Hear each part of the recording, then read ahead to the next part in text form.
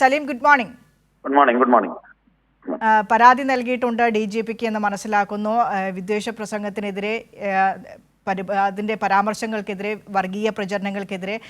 ഇത്തരം ഈ പ്രചരണങ്ങളൊക്കെ കൊണ്ടുചെന്ന് എത്തിക്കുന്നത് നിമിഷപ്രിയയുടെ മോചനത്തിനായി സാധ്യമാകുന്ന എല്ലാ ഇടപെടലുകളും നടത്തുമ്പോൾ അതിന് തടയിടാൻ ഉതകുന്ന തരത്തിലാണ് ഈ വർഗീയ പ്രചരണങ്ങളൊക്കെ. ഇതിനെതിരെയാണോ താങ്കളുടെ പരാതി? എന്താണ് പരാതിയിൽ പറഞ്ഞിട്ടുള്ളത്? തീർച്ചയായിട്ടും ഒരു വിഭാഗം ആളുകൾ ഏത് വിധേനയും നിമിഷപ്രിയയെ അവിടെ പരസ്യമായി വെടിവെച്ച് കൊല്ലുന്ന ഒരു സാഹചര്യം സൃഷ്ടിക്കാൻ വേണ്ടി നിർബന്ധിച്ച് ആ സാഹചര്യം ഒരുക്കാൻ വേണ്ടിയിട്ട് കരുതിക്കൂട്ടിയുള്ള പ്രവർത്തനമാണ് നടത്തിക്കൊണ്ടിരിക്കുന്നത്.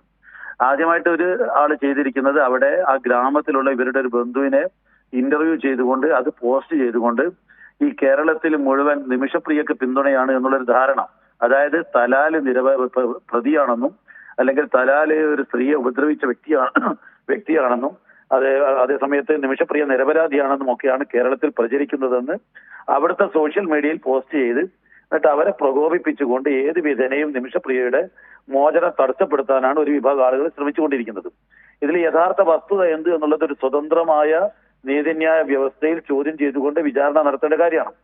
അവരെ ഇന്ത്യയിൽ കൊണ്ടുവന്ന ഇന്ത്യയുടെ നീതിന്യായ വ്യവസ്ഥയിൽ വിചാരണ ചെയ്യുന്നതിൽ തെറ്റില്ല. പക്ഷേ അവിടെയുള്ള ഒരു വ്യവസ്ഥയിൽ നിലവിൽ അവർക്ക് വധശിക്ഷ വിധിച്ച് അതിനുവേണ്ടി കാത്തിരിക്കുന്ന ഒരു യുവതിയാണ്. അവരുടെ നിലപാട് എന്ത്, അവരുടെ അവസ്ഥ എന്ത് എന്നുള്ളത് നമുക്ക് ഇനിയും മനസ്സിലായിട്ടില്ല. അവിടെ ഒരു വിചാരണ നടന്നിരിക്കുന്നു, അവിടുത്തെ വിവരങ്ങളൊന്നും പുറത്തേക്ക് വരുന്നില്ല.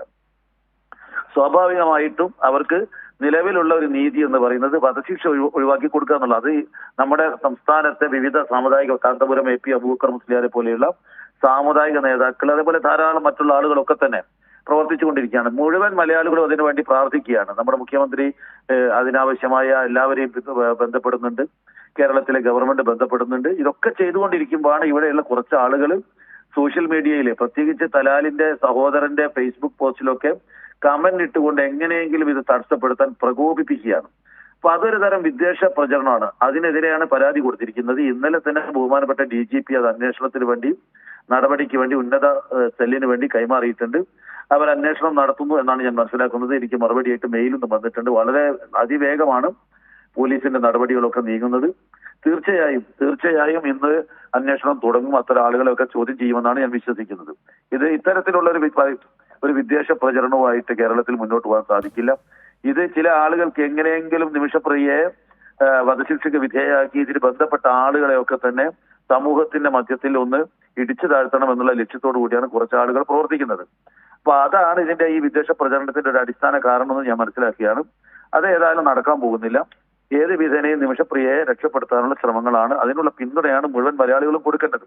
അതേപോലെ ശ്രീജിത്ത് പണിക്കർ 2-3 ദിവസമായി നിരന്തരമായിക്കൊണ്ട് നിമിഷപ്രിയ കുറ്റവാളിയാണ് എന്ന് പ്രചരിപ്പിച്ചുകൊണ്ടിരിക്കുന്നു.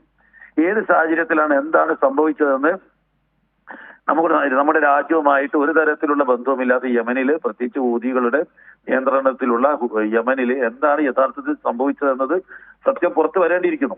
യഥാർത്ഥ സത്യവും കാര്യങ്ങൾ എന്താണെന്ന് പുറത്തു വരേണ്ടിയിരിക്കുന്നു. അതുവരെ നമുക്ക് നിമിഷപ്രിയ കുറ്റവാളിയാണ് എന്നൊക്കെ തീർത്ത് പറയാൻ സാധിക്കാത്തൊരു സാഹചര്യമുണ്ട്. എല്ലാം സത്യവും പുറത്തു വരട്ടെ. അതിനിടക്ക് വിധി പ്രസ്താവം നടത്തിക്കൊണ്ട് നിമിഷപ്രിയ കുറ്റവാളിയാണ്, അവരെ അവിടെ നിന്ന് തൂക്കിക്കൊല്ലണം എന്നൊക്കെ പറഞ്ഞുകൊണ്ട് പരസ്യമായി പ്രതികരിക്കുന്നത് ഒരു തരത്തിൽ അംഗീകരിക്കാൻ കഴിയില്ല. അത് ശരിയല്ല. അവരെ ഏത് തരത്തിലും രക്ഷപ്പെടുത്തി. കാരണം അവിടുത്തെ വിധി പ്രകാരം അവർ തെറ്റ് ചെയ്തിട്ടുണ്ടെങ്കിൽ അതിനാവശ്യമായ മറ്റു നടപടികളിലേക്ക് കടക്കട്ടെ. അതിനൊന്നും ആരും എതിരല്ല. പക്ഷെ അവരെ തൂക്കിക്കൊല്ലുക എന്നുള്ള, അവരുടെ ജീവൻ ഓരോ മണിക്കൂർ അവർ തൂക്കുകയറ് അല്ലെങ്കിൽ അവിടെ വെടിവെച്ച് കൊല്ലുന്ന ഒരു സാഹചര്യം കാത്തിരിക്കുകയാണ്. ആയിരക്കണക്കിന് ആളുകൾ അത് കാണാൻ കാത്തിരിക്കുകയാണ്. അപ്പോഴാണ് അവരെ ഏതെങ്കിലും തരത്തിൽ സഹതാപം കൊടുത്തു അവരെ തിരിച്ചു കൊണ്ടുവന്ന് അവർക്ക് അവരുടെ മനസാക്ഷിയിൽ അവരെ തെറ്റ് ചെയ്തിട്ടുണ്ടെങ്കിൽ അതിനെ അവര് സ്വയം തിരുത്തൽ വരുത്തിക്കൊണ്ട് ജീവിതത്തിലേക്ക് കൊണ്ടുവരാനുള്ള ശ്രമമാണ് നമ്മളിപ്പോൾ നടത്തേണ്ടത്. അതിന് പകരം അവരെ കൊലക്ക് കൊടുക്കാൻ വേണ്ടി അവിടെ ആൾക്കൂട്ടത്തിന് മുമ്പാകെ വെടിവെച്ച് കൊല്ലുന്ന ഒരു സാഹചര്യത്തിന് വേണ്ടി മലയാളികളും കാത്തിരിക്കുന്നു എന്ന് പറയുമ്പോൾ അത് വളരെ ദുഃഖകരമാണ്. അത്തരം പ്രചരണം നടത്തിയ ആളുകൾ, ഈ ഉദ്യമങ്ങളെ അട്ടിമറിക്കുന്ന രൂപത്തിലുള്ള പ്രവർത്തനം നടത്തിയ ആളുകളെ നിയമത്തിന് മുമ്പാകെ കൊണ്ടുവരണം. പോലീസ് ഇന്നുകൊണ്ട് അവരെയൊക്കെ തന്നെ ചോദ്യം ചെയ്യുമെന്നാണ് ഞാൻ മനസ്സിലാക്കുന്നത്.